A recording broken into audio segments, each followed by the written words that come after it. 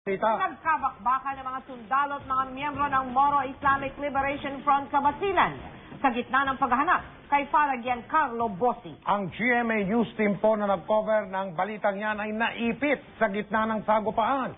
Yan ang tinutukan ni June Veneracion. Eksklusibo.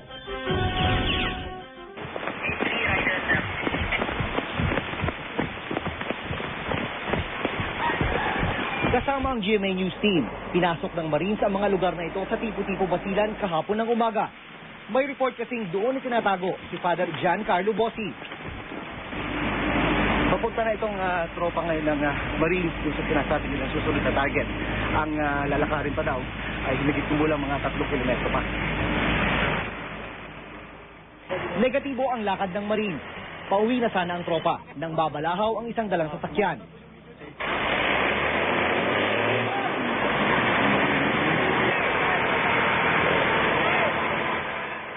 Killing zone ang tawag sa lugar na ito sa dami ng mga engkwentrong nangyari. Kapansin-pansing tahimik ang lugar. Pero mag-aalas 10:30 ng umaga nang biglang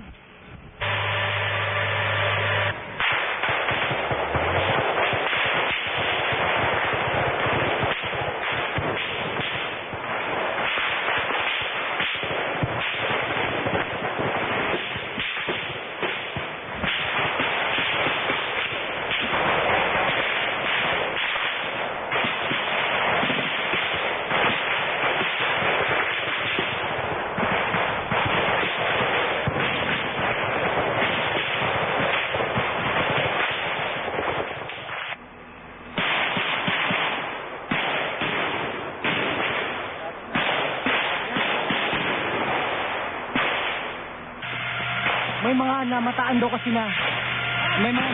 kasi ng mga sniper na nandito sa may bahagi ng bundok na yon. At dahil doon nagsimula na itong tansya ko mga 3-4 na minutong pukpukan. Naipit kami ng cameraman kong si Julius Katibog at assistant cameraman na si Donnie Rojas sa gitna ng bakbakan. Sa loob ng 7 oras, wala kaming ginawa kundi dumapa. Ilang beses tumakbo para makapagtago. Paano ito? May tama, correct. Correct. Location mo?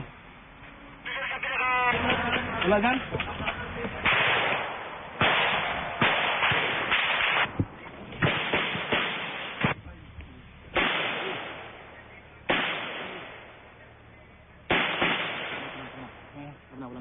Nang maramdaman ng mga Marines na tumitindi na ang putukan, gumamit na sila ng mortar. Pero marami sa pinakawalan nila, palyado. Yun, bang. Oh, misfire ka mo. Misfire ko. Misfire. Yan. Yan na. Binigay ka nila. Kakatras ko pa rin ito. Ilan lang ang sumabog.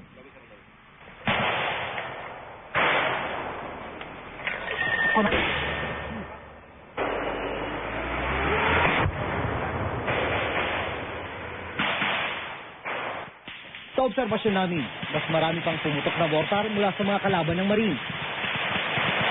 Halos 100 lang ang sundalong kasama sa grupo. Ang kalaban, halos 500 armado na duda nila, MILF at Abu Sayyaf. Rumisponde ang mga helicopter at eroplano.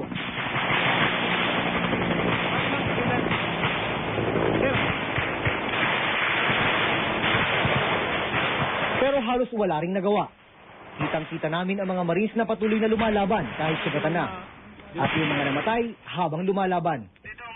Patakip silim na nang humupa ang 7 oras sa putukan. Dito na kami nagsimulang lumayo sa lugar, kasama ang mga sugatan at ilang namatay na sundalo.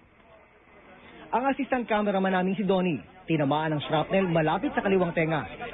Pero okay ka lang. Okay lang. Dahil sa nangyaring enkwentro, mas kumbinsido ang Marines na sa Basilan itinatago si Father Bossi.